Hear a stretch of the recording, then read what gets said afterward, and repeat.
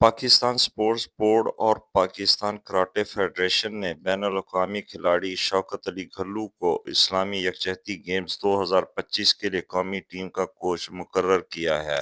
شوکت علی گھلو، جو مارلوس karate club Ahmad پور شرقیہ سے تعلق رکھتے ہیں، کی اس تقرری کو شہر کے لیے فخر کا باعث قرار دیا جا رہا ہے۔ ان کے استاد محمد اسحاق گجر نے اپنے ہونہار شاگرد کو خراج تحسین پیش کرنے کے لیے ایک خصوصی تقریب کا اہتمام بھی کیا۔ اس تقریب میں شوکت علی گھلو کا کہنا تھا، بسم اللہ الرحمن الرحیم۔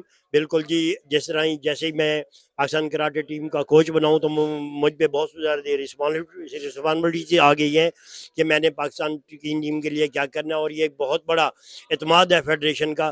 انشاءاللہ دیکھیں، اسلامک گیم جو ہے نا، یہ مسلم کنٹریز ہے، یہ مارشل آرٹس میں جتنے بھی مسلم کنٹریز ہیں، یہ سارے ورلڈ میں میڈلسٹ ہیں، اور یہ بہت بڑا کمپٹیشن ہے۔ بہت بڑے کمپٹیشن میں ہم جا رہے ہیں، اور اس کمپٹیشن کے دیکھیں جی، وہ کہتے ہیں نا کہ وہ پڑا ہے میدان اور وہ ہے گھوڑا، وہ ہے میدان۔